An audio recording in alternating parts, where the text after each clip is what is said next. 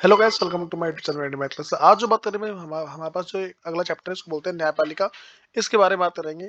देखो, इससे पहले मैं तुम्हें चैप्टर 5 तक करवा दिया। आज जो हमारे पास अगला चैप्टर है उसके बारे में देखते हैं। मैंने जो आएगी वीडियोस वगैरह वो भी सारी कवर कर रखी है, तो उसको भी जरूर जाकर देख लेना।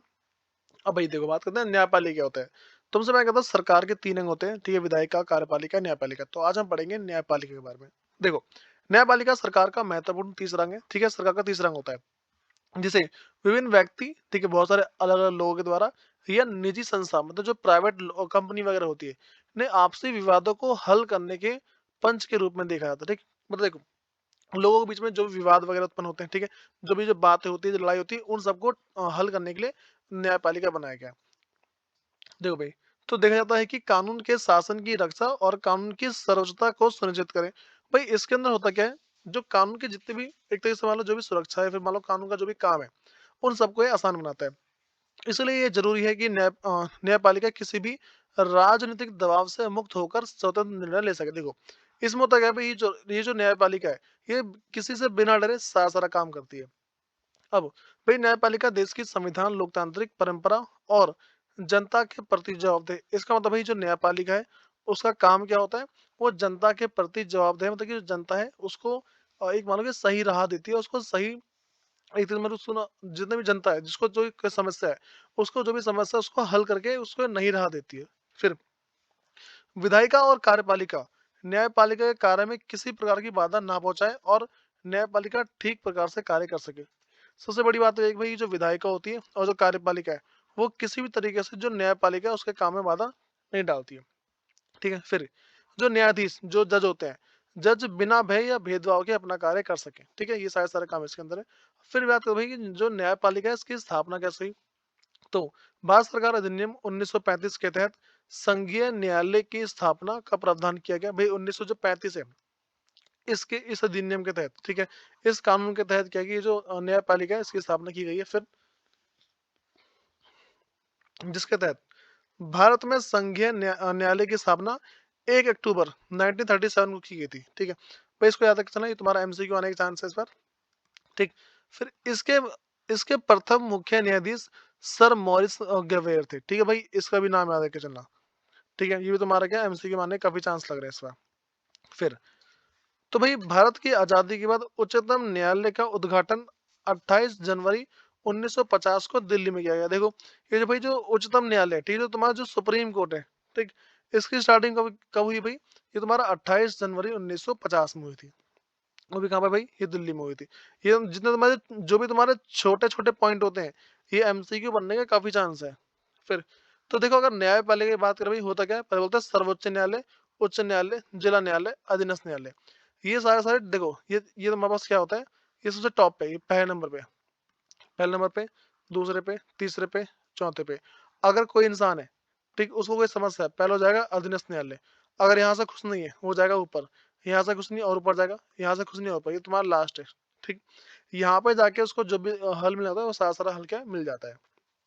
फिर भाई अगली बात करते हैं कि न्यायपालिका की स्वतंत्रता के बारे में। ठीक है, न्यायपालिका किस तरीके से स्वतंत्र है, उसमें देखो, मैं तुम्हें पहले बता दिया कि न्यायपालिका की स्वतंत्रता का अर्थ है कि सरकार के दो अन्य अंग, ठीक, विधायिका और कार्यपालिका, वो न्यायपालिका के किसी भी कार्य में हस्तक्षेप ना करके उनके कार्य में किसी भी प्रकार की बाधा ना पहुंचाए, ताकि वो अपना काम सही ढंग से करे और निष्पक्ष रूप से न्याय कर सके। तो इसमें ही बता रखा है कि उस सरकार के जो दो अंग है, विधायिका और जो कार्यपालिका है, वो न्यायपालिका में कोई बाधा ना पहुंचाए। फिर अगली बात करते हैं संघात्मक सरकार में। देखो, संघात्मक सरकार मतलब है जहाँ पे टीम बनी होती है। संघात्मक सरकार में संघ और राज्य के मध्य विवाद के समाधान, देखो, संघ हो गया, ठीक, और कोई सा जो राज्य हो गया, इन सब के बीच में कोई सा विवाद हुआ है, ठीक है, कोई सा भी विवाद हुआ है, कोई सा मुद्दा उठाए, कि समाधान और संविधान की सर्वोच्चता बनाए रखने के लिए रखने का दायित्व न्यायपालिका पर ही होता है। मतलब कि कोई सा भी मुद्दा हो, उन सब का जो हल है, ठीक, वो न्यायपालिका ही उसको सॉल्व करेगा। ठीक है, इसके साथ साथ उस पर भी मूल अधिकारों का संरक्षण का भी दायित्व होता है। इसके लिए न्यायपालिका का स्वतंत्र एवं निष्पक्ष होना अति आवश्यक है। देखो भाई, जो तुम्हारे पास ये जो न्यायपालिका है, इसके ऊपर ना बहुत सारे दबाव होते हैं। ठीक है, तो भाई जितने भी दबाव है, ये सारा सारा देखो कैसे हटा सकता है भाई, वो जितने भी दबाव है तभी हटा पाएगा जब वो निष्पक्ष होकर अपना काम करेगा, ठीक है? और भाई निष्पक्ष जो होता है ना, नॉर्मली क्या है कि वो किसी के पक्ष में अधिकार ना ले, मतलब किसी के पक्ष में मान लो कि किसी कोई इसका दोस्त है तो दोस्त की तरफ कोई लेके काम ना करे। फिर भाई अगली बात करते हैं कि सर्वोच्च न्यायालय का जो गठन है, ठीक, वो किस तरीके से हुआ। जो सर्वोच्च न्यायालय है, ठीक है, उसका गठन की बात करते हैं। तो सर्वोच्च न्यायालय गठन के बारे में प्रावधान संविधान के अनुच्छेद 124, ठीक, एक में दिया है। फिर अनुच्छेद 124 एक के तहत तो मूल संविधान में सर्वोच्च न्यायालय के न्यायाधीश की संख्या एक मुख्य न्यायाधीश तथा 7 अन्य न्यायाधीश को मिलाकर कुल 8 रखी गई। देखो, एक तुम्हारा मेन होगा, एक तुम्हारा क्या होगा, मेन होगा, जो जज है एक मेन होगा, और जो बाकी 7 है वो क्या, तो मतलब कि उन 7 को और इसे को मिला टोटल 8 नंबर रखे गए। तो जो भी इसमें होते हैं भाई, एक तो मुख्य होगा, बाकी सारे क्या उसके नीचे काम करने वाले होते हैं। फिर अगली बात करते हैं कि सर्वोच्च न्यायालय के न्यायाधीशों की संख्या होती है। जो सर्वोच्च न्यायालय, उसके न्यायाधीश की जो संख्या है वो क्षेत्राधिकार, न्यायाधीशों के वेतन एवं शर्तें निश्चित करते। देखो, मतलब जो सर्वोच्च न्यायालय के जो न्यायाधीश की जो संख्या है, ठीक है, और जो क्षेत्र अधिकार, कौन कौन से क्षेत्र में उनका काम चलेगा, मतलब कि कौन कौन से क्षेत्र में वो काम करेंगे, और न्यायाधीशों के वेतन, जो न्यायाधीश है उनका वेतन एवं शर्तें निश्चित करने का अधिकार संसद को दिया गया है। भाई ये जितने भी काम है वो सार सार संसद करती है। फिर इस शक्ति का प्रयोग कर संसद ने समय समय पर न्यायाधीशों की संख्या में वृद्धि कर वर्तमान में सर्वोच्च न्यायालय के में कुल न्यायाधीशों की संख्या 31। देखो, अब ये बता रखा है भाई कि जो सर्वोच्च न्यायालय है, उसमें देखो पहले कितना था, 8 था, अब मेरे पास कितने हो भाई, अब 31 हो रखे हैं, ठीक है। फिर अगली बात करते हैं न्यायाधीश क्या है भाई, ठीक है, न्यायाधीश होता कौन है। तो न्यायाधीश के रूप में, न्यायाधीश देखो वो ना जो उसको बोलते हैं जज साहब, ठीक है, ये वही लोग हैं, ठीक है। अब सुनो, तो न्यायाधीश के रूप में नियुक्त होने के लिए व्यक्ति का वकालत का अनुभव, मतलब कि भाई उसको वकालत, जो वकील का काम क्या होना चाहिए, या कानून का विशेषज्ञ होना चाहिए। देखो, जो कानून है उसका विशेषज्ञ होना काफी जरूरी है, उसका स्पेशलिस्ट होना काफी जरूरी है, ठीक है। फिर इनका निश्चित कार्यकाल होता है, और भाई ये जो न्यायाधीश होते हैं, जो जज होते हैं, इनका एक फिक्स बोल होता है। देखो, एक ना फिक्स ईयर होता है कि भाई कि तुम 60 साल तक काम करोगे, उसके बाद तुम रिटायर हो जाओगे। फिर ये सेवानिवृत्त तक अपने पद पर बने रहते हैं भाई, जब तक मतलब कि जब तक रिटायर ना हो जाए। जो सेवानिवृत्त है इसका मतलब है रिटायरमेंट, ठीक। तो जब तक रिटायर नहीं अपने पद पर बैठे रहेंगे, जो जो काम है करते रहेंगे। फिर भाई विशेष स्थितियों में न्यायाधीशों को हटा सकता है।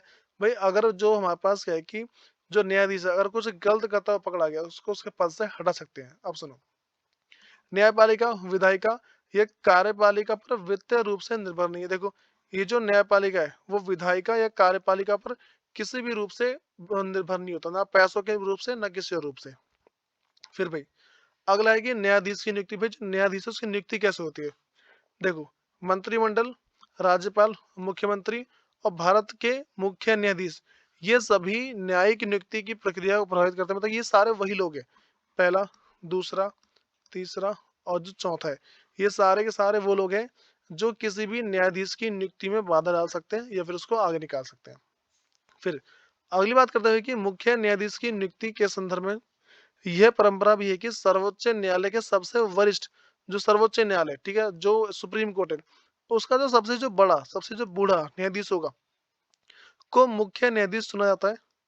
किंतु भारत में इस परंपरा को 2 बार तोड़ा भी गया। देखो, ये परंपरा 2 बार तोड़ चुकी है, ठीक है, कि भाई देखो मैं क्या बोल रहा हूँ, जो वरिष्ठ न्यायाधीश है, ठीक है, और वरिष्ठ न्यायाधीश को जो जो सबसे बड़ा न्यायाधीश है, उसी को मुख्य न्यायाधीश बनाया जाएगा, ठीक है। ये परंपरा है, लेकिन ये परंपरा 2 बार टूट चुकी है।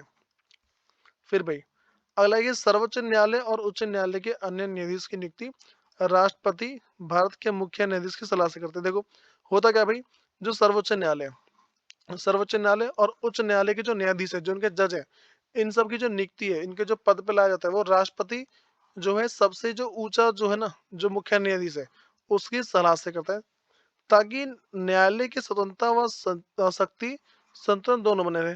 वे देखो, ये वही बात बोली कि ताकि जो न्यायालय, ठीक है, उसकी स्वतंत्रता बनी रहे और जो उसकी शक्ति है वो भी क्या बनी रहे। फिर अगली बात करते हैं कि सर्वोच्च न्यायालय के मुख्य न्यायाधीश की नियुक्ति, ठीक है, जो जो सर्वोच्च न्यायालय है, ठीक, उसके जो कुछ पॉइंट और है, उसकी देखो, जो सर्वोच्च न्यायालय है उसका जो मुख्य न्यायाधीश है उसकी नियुक्ति के कुछ पॉइंट और है। तो सर्वोच्च न्यायालय के मुख्य न्यायाधीश की नियुक्ति भारत के राष्ट्रपति द्वारा की जाती है। सर्वोच्च न्यायालय जो है, ठीक है, उसका जो मुख्य न्यायाधीश, जो उसका मुख्य जो मेन जो जज है, उसकी नियुक्ति भाई, जो उसकी नियुक्ति है, उसका पद है, वो राष्ट्रपति के द्वारा चुना जाता है। अगली बात करते हैं सर्वोच्च न्यायालय के न्यायाधीश को पद से हटाने की प्रक्रिया। देखो भाई, पहला महाभियोग दिया रहा। महाभियोग एक ऐसी प्रक्रिया है जिसमें भाई कि अगर बहुत सारे लोग उसके खिलाफ अपील उठाते हैं और बहुत सारे उसकी क्या है कि मान लो एक ना, देखो एक ऐसी प्रक्रिया है जिसमें ना बहुत सारे नेता वगैरह मिलके उसके गलत काम के आधार पर उसको हटा सकते हैं। अगला है कि अयोग्यता का आरोप लगाने पर। देखो भाई होता क्या है, अयोग्यता का आरोप लगाने का मतलब क्या है कि कोई सा भी नेता है, ठीक है, या फिर मानो कि कोई सा जज है, अगर उस जज पर यह आरोप लगाए कि भाई वो जज बनने के लायक नहीं है, तो उसके उसके पद से हटा देते हैं। अगला है विशेष बहुमत से प्रस्ताव पारित करना। अगर बहुत सारे नेताओं ने, बहुत सारे जजों ने बोल दिया कि भाई इसको हटाओ, ठीक है, तो हट जाएगा वो। दूसरा, दोनों सदनों में बहुमत की बात। देखो दो सदन होते हैं, ठीक है, राज्यसभा लोकसभा, अगर उसमें बहुमत हो जाए कि भाई इस जज को हटाना है, तो उसको हटा देते हैं। अगला के पास है उच्च न्यायालय का गठन। जो भाई उच्च न्यायालय, उसका गठन कैसे हुआ। देखो हमने सर्वोच्च के बारे में पढ़ लिया, उच्च के बारे में पढ़ेंगे। दो, संविधान के भाग 6 अनुच्छेद 214 से 232 में राज्य के उच्च न्यायालय के बारे में प्रावधान किया गया। उच्च न्यायालय राज्य का सबसे बड़ा न्यायालय होता है। देखो जो उच्च न्यायालय होता है, ठीक है, वो किसी भी राज्य का सबसे बड़ा न्यायालय, सबसे बड़ा कोर्ट होता है वो। प्रत्येक उच्च न्यायालय में एक मुख्य न्यायाधीश होगा, ठीक, तथा ऐसे अन्य न्यायाधीश होते हैं जिन्हें राष्ट्रपति समय समय पर अनुच्छेद 216 के तहत नियुक्त करता है। और जो बाकी लोग होना, देखो मैंने क्या बोला कि एक जो उच्च न्यायालय है, उच्च न्यायालय में एक हमारे पास मुख्य न्यायाधीश होता है, और ये जो मुख्य न्यायाधीश है, ठीक, और बाद में और कौन होते हैं, और ऐसे न्यायाधीश होते हैं जिन्हें राष्ट्रपति जो है वो समय समय पर ना अनुच्छेद 216 के तहत नियुक्त करता रहता है। बोलता भाई अब तुम मेन जज हो, अब तुम मेन जज हो, इस तरीके से, ठीक। फिर उच्च न्यायालय के न्यायाधीशों की संख्या निश्चित नहीं है। जो भाई जो उच्च न्यायालय है उसमें कितने न्यायाधीश होंगे, इसमें कोई संख्या निश्चित नहीं है। उनकी संख्या आवश्यकता आवश्यकता अनुसार, तक आवश्यकता के हिसाब से समय समय पर राष्ट्रपति द्वारा बढ़ाई जा सकती है, ठीक। वर्तमान में उच्च न्यायालय की जो संख्या है, ठीक है, वो 24 है। जो हमारे पास क्या है कि जो उच्च न्यायालय वो 24 है, सर्वोच्च न्यायालय 31 है, ठीक है। फिर भाई अगला है कि उच्चतम न्यायालय की न्यायाधीश की योग्यता। भाई जो सबसे जो उच्चतम न्यायालय है वहां के न्यायाधीश की योग्यता क्या है, पहले वो भारतीय नागरिक होना चाहिए, वह किसी उच्च न्यायालय में कम से कम 5 वर्ष तक न्यायाधीश के मतलब कि न्यायाधीश रह चुका हो। देखो भाई अगर योग्यता की बात करते हैं, वो किसी मतलब कि उच्च न्यायालय के अंदर ना कम से कम 5 साल तक जो हाँ भाई जो न्यायाधीश है उसके रूप में काम कर चुका हो, अथवा वह एक एक या अधिक उच्च न्यायालय में लगातार कम से कम 10 वर्ष तक अधिवक्ता रह चुका। और भाई और वो जो इंसान है, ठीक है, वो जो जज है, वो किसी एक न्यायालय में कम से कम 10 साल तक उसने लगातार वकालत करी हो, मतलब कि लगातार जज के रूप में रहा हो। दूसरा, वह राष्ट्रपति की दृष्टि में एक पारंगत विधेयता हो, मतलब कि भाई राष्ट्रपति की जो राष्ट्रपति है उसकी दृष्टि में, उसकी दृष्टि में, मतलब कि उसके नजरों में वो काफी सही होना चाहिए। अगला है कि उच्चतम न्यायालय के न्यायाधीश का कार्यकाल कितना होता है, तो भाई 65 वर्ष की आयु तक होता है, ठीक है। ऐसा है, कह रहे कि उच्चतम न्यायालय के न्यायाधीश, ठीक है, जिसको बोलते हैं मुख्य न्यायाधीश एवं अन्य न्यायाधीश, ठीक, कि जो 65 वर्ष की आयु में अपना पद धारण करते हैं, ठीक है, मतलब कि ना 65 वर्ष तक की आयु होगी तभी तक वो अपना जो पद को धारण कर सकते हैं, उसके बाद नहीं कर सकते। मतलब कि जब तक वो 65 साल के हैं तब तक वो क्या है कि जज बनेंगे, ठीक है, लेकिन उसके बाद अगर वो लेट होते हैं तो वो जज नहीं बन पाते फिर वहां पे। फिर भाई अगली बात करते हैं कि सर्वोच्च न्यायालय की क्षेत्र अधिकार। जो सर्वोच्च न्यायालय है, ठीक, वो कहाँ कहाँ पे अपना काम कर सकते हैं। पहले बोलते हैं भाई मौलिक अधिकार। जो भी लोगों के मौलिक अधिकार है उन सब में मतलब कि वो सरासर अपना काम कर सकते हैं। मौलिक अधिकार से संबंधित कोई सा भी कानून बनाना हो, कोई सा भी कुछ काम करना हो, इन सब में इनका अधिकार चलता है। अगला भाई रिट संबंधी अधिकार, इसको थोड़ा पढ़ना जरूरी, थोड़ा सा इंपॉर्टेंट है। देखो कह रहे कि मौलिक अधिकारों के उल्लंघन रोकने के लिए सर्वोच्च न्यायालय ने अपने आदेश रिट के रूप में देता है, ठीक है। रिट के रूप में देता है भाई, इसका मतलब क्या है कि उच्च न्यायालय भी रिट जारी करता है। एक ना मान लो कि एक ना लॉ पास कर देगा, ठीक है, कि भाई इसके हिसाब से इसको कुछ नहीं होना चाहिए।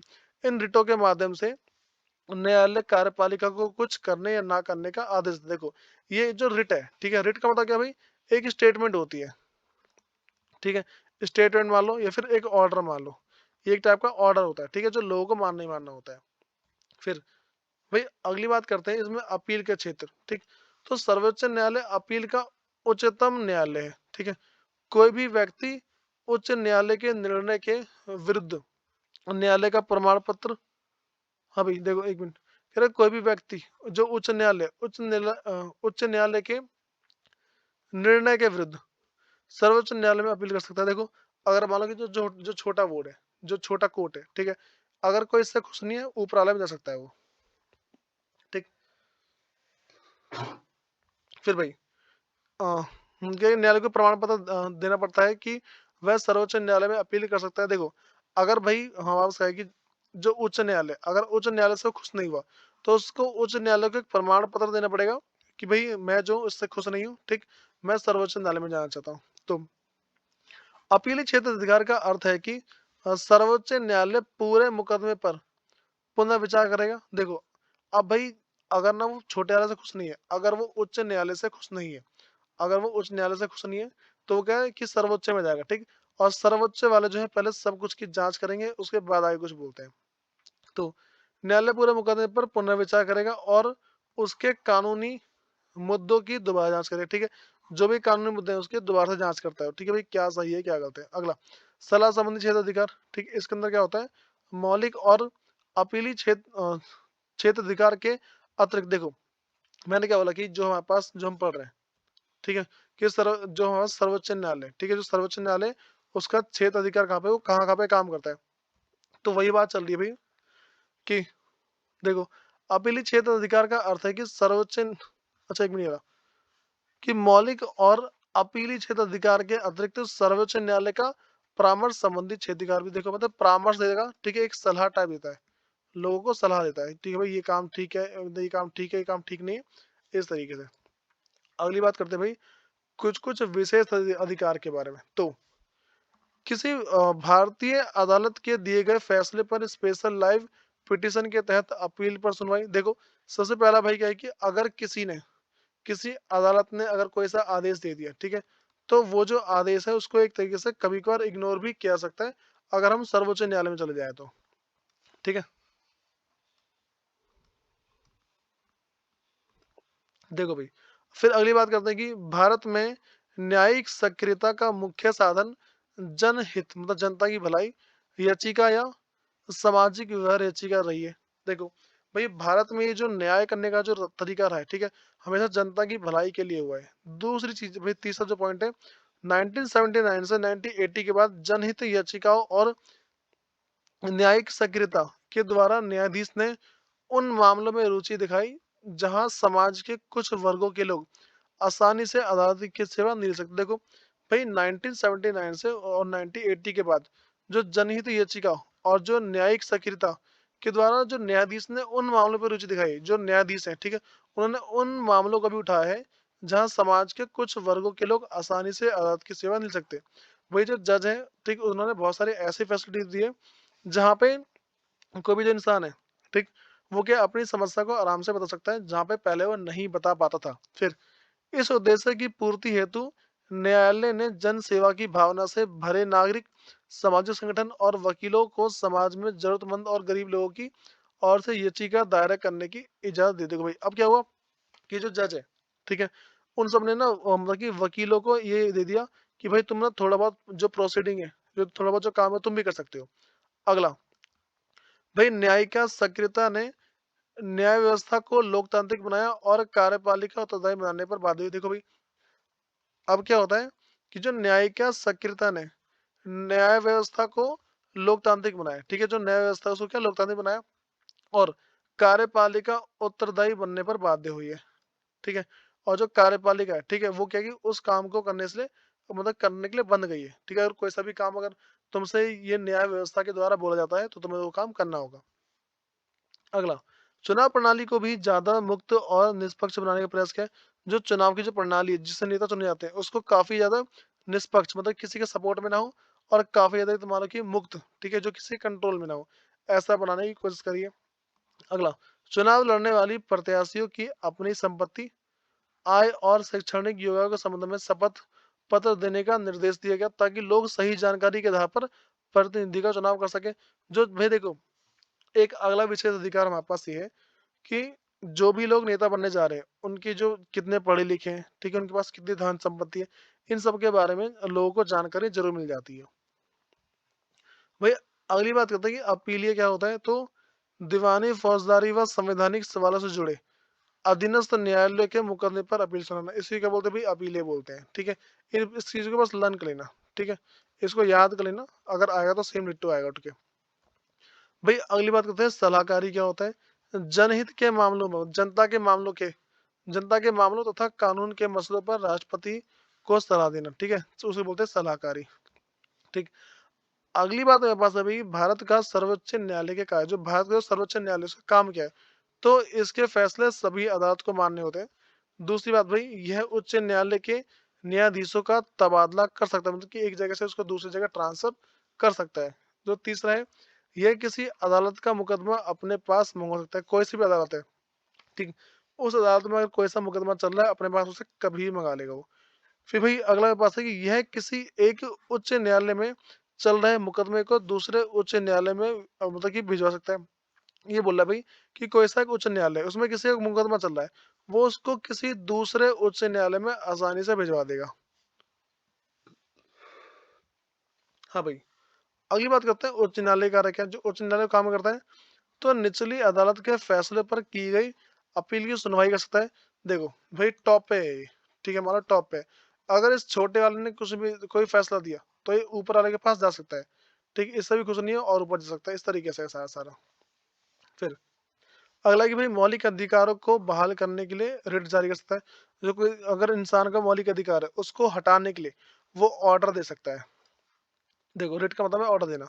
अगला भाई कि राज्य के क्षेत्र अधिकारों में आने वाले मुकदमों का निपटारा कर सकता है। देखो, जो कोई राज्य है, राज्य के जितने भी क्षेत्र अधिकार, मतलब कि जो न्यायालय है वो किसी राज्य में जहाँ पे उसका कंट्रोल है, उसकी बात चल रही है। राज्य के क्षेत्र अधिकार में आने वाले मुकदमों का निपटारा कर सकता है। कोई सा एक राज्य है, ठीक है, उसमें ना कोई सा भी मुकदमा आया, ठीक, उसको खुद अगर वो खुद चाहे तो खुद ही निपटा सकता है उसको।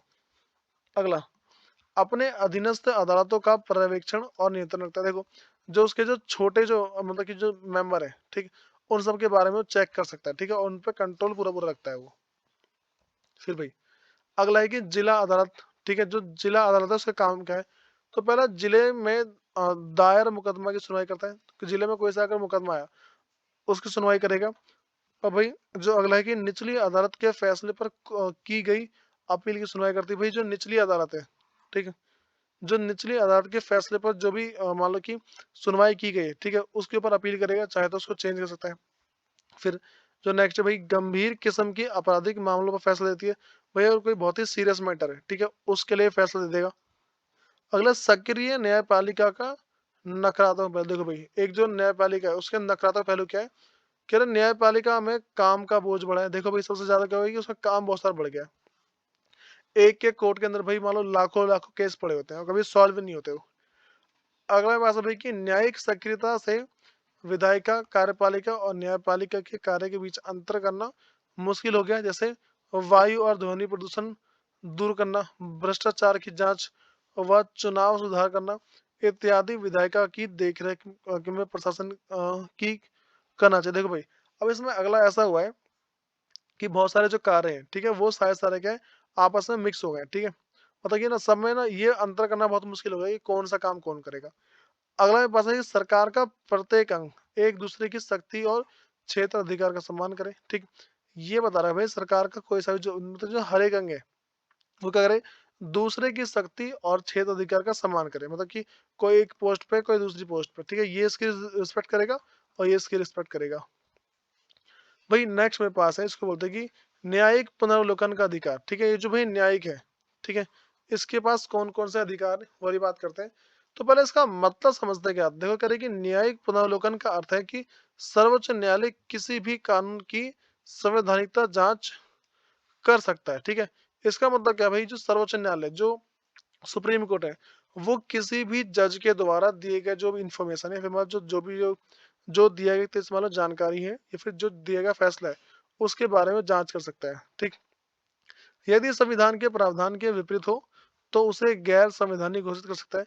अगर यही काम जो है संविधान के प्रावधान के विपरीत हो, ठीक है, जो सेक्शन बना रखा है उससे उल्टा हो, तो उसमें चेंज कर सकता है वो।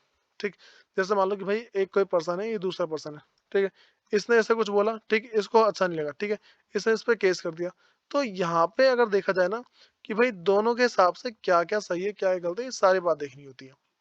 फिर भाई नेक्स्ट बात है कि संघीय संबंध जिसको बोलते हैं केंद्रीय मतलब केंद्र फिर राज्य संबंध के मामले में भी सर्वोच्च न्यायालय न्यायिका पुनर्लोकन की शक्ति का प्रयोग कर सकता है। देखो इसमें वही बता रखा है जो संघीय संबंधी के मामले में मतलब कि फिर राज्य संबंध के मामले में भी सर्वोच्च न्यायालय न्यायिका पुनर्वलोकन की शक्ति का प्रयोग कर सकता है। ठीक है, तो वह सिंपल सी बात बोल सकते हैं कि मतलब कि ना जो बोलते हैं कि न्यायिक का पुनर्वलोकन की शक्ति तो बोले भाई चेक करने की पावर। ठीक है, इसका यूज कर सकता है। नेक्स्ट भाई न्यायपालिका विधायिका द्वारा पारित कानून की और संविधान की व्याख्या करती है। ठीक है, अगला भाई ये काम है इसका जो न्यायपालिका है। ठीक है, वो विधायिका के द्वारा जो भी जो पारित कानून है, ठीक, जो कानून चलाए गए उन सब पे क्या अपना काम कर सकती है वो। भाई अगली बात करते हैं कि नागरिकों के अधिकारों की रक्षा करती है। भाई जो नागरिक है, ठीक, वो उनके जो भी अधिकार है उन सब की रक्षा करेगी। फिर अगला पास है कि जनहित याचिकाओं द्वारा नागरिकों के अधिकारों की रक्षा ने न्यायपालिका की शक्ति में बढ़ोतरी की। देखो तो वे कह रहे हैं कि जनहित याचिकाओं द्वारा नागरिकों के अधिकारों की रक्षा ने न्यायपालिका की शक्ति में बढ़ोतरी। इसका मतलब भाई कि जो न्यायपालिका है, ठीक है, उसकी पावर बढ़ जाती है जब ना नागरिकों की बात आती है तो। फिर नेक्स्ट बात करते हैं भाई कि न्यायपालिका और संसद। न्यायपालिका और संसद के बारे में कुछ कुछ बातें बता रखी है कि भारतीय संविधान में सरकार के प्रत्येक अंग का एक स्पष्ट कार्य क्षेत्र है। ठीक, तो ये जो भारतीय संविधान है, ठीक है, भारतीय संविधान में सरकार का जो जितने भी अंग है, ठीक, प्रत्येक अंग का एक स्पष्ट कार्य क्षेत्र है। इस कार्य विभाजन के बावजूद संसद व न्यायपालिका तथा कार्यपालिका और न्यायपालिका के बीच टकराव भारतीय राजनीति के विशेषता रही है। देखो हमेशा ऐसा हुआ है ना भाई कि न्यायपालिका हो गया, कार्यपालिका हो गया और या फिर न्याय देखो वही क्या ना कि न्यायपालिका और कार्यपालिका इनके बीच हमेशा टकराव चलता था भाई मैं काम सही कर रहा हूँ, मैं काम सही कर रहा हूँ। अगली बात करते हैं भाई कि संसद जो संपत्ति का अधिकार है उसके बारे में जानकारी। ठीक, तो संसद की संविधान को संशोधित करने की शक्ति के संबंध में हम टॉपिक पढ़ रहे हैं भाई कि न्यायपालिका और संसद इन दोनों के बीच में क्या क्या मेल मिलाप क्या क्या चीज़ है। अगला भी इसके द्वारा मौलिक अधिकारों को सीमित नहीं किया सकता। इसको बोलते हैं कि भाई निवारक नजरबंदी कानून। ठीक है, ये इसको याद रख के चलना कि निवारक नजरबंदी कानून क्या क्या है। भाई लास्ट में पास है कि नौकरियों में आरक्षण संबंधी कानून। भाई कोई सी भी नौकरी है उसमें क्या आरक्षण दे रखा है, मान लो कि रिजर्वेशन दे रखा है। जो एससी हो गया, ठीक है, एसटी हो गया, एससी एसटी ओबीसी जितने भी जो हमारे पास लोग हैं ये सारे सारे वही लोग हैं जिसको एक ना रिजर्वेशन मिली हुई है।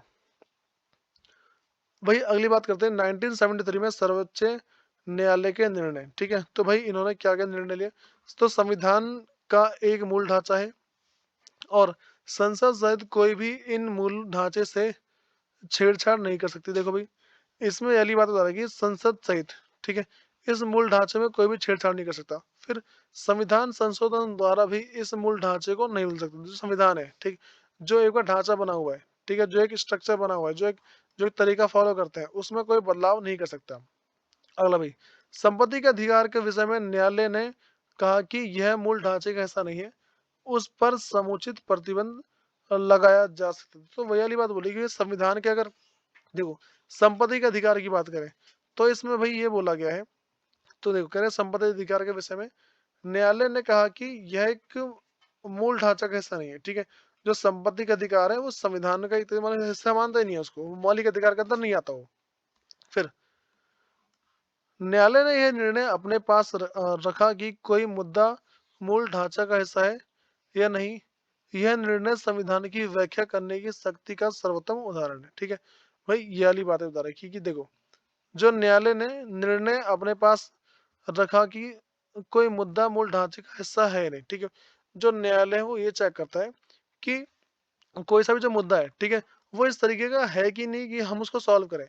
भाई अगला मेरे पास है संसद व न्यायपालिका के बीच विवाद के विषय बनते रहते हैं। ठीक है, जो संसद हो गया, ठीक है, और जो न्यायपालिका है, इनके बीच क्या विवाद के विषय बने होते हैं। फिर संविधान यह व्यवस्था अ, अभी करता है कि ये करता है, ठीक है, करता है कि न्यायाधीश के आचरण पर संसद में चर्चा नहीं की जा सकती, लेकिन हाँ, हाँ भाई लेकिन कर रहे अफसरों पर न्यायपालिका के आचरण पर उंगली उठाई। देखो भाई ये बोल रखा है कि अगर ना कोई भी जो न्यायाधीश है, ठीक है ना, कि संविधान यह व्यवस्था करता है कि न्यायाधीश के आचरण पर संसद में चर्चा नहीं की जा सकती, लेकिन कार्य अवसर पर न्यायपालिका के आचरण पर उंगली उठा सकती है। देखो, ये बोल रखा है कि कोई सा भी जो काम है, ठीक है, उस पर कोई उंगली नहीं उठाएगा, लेकिन अगर कोई सा आचरण की बात आई, ठीक है, अगर मान लो कि कोई कानून संबंधी बात आई, तो उसमें क्या है, वो उंगली उठा सकती है।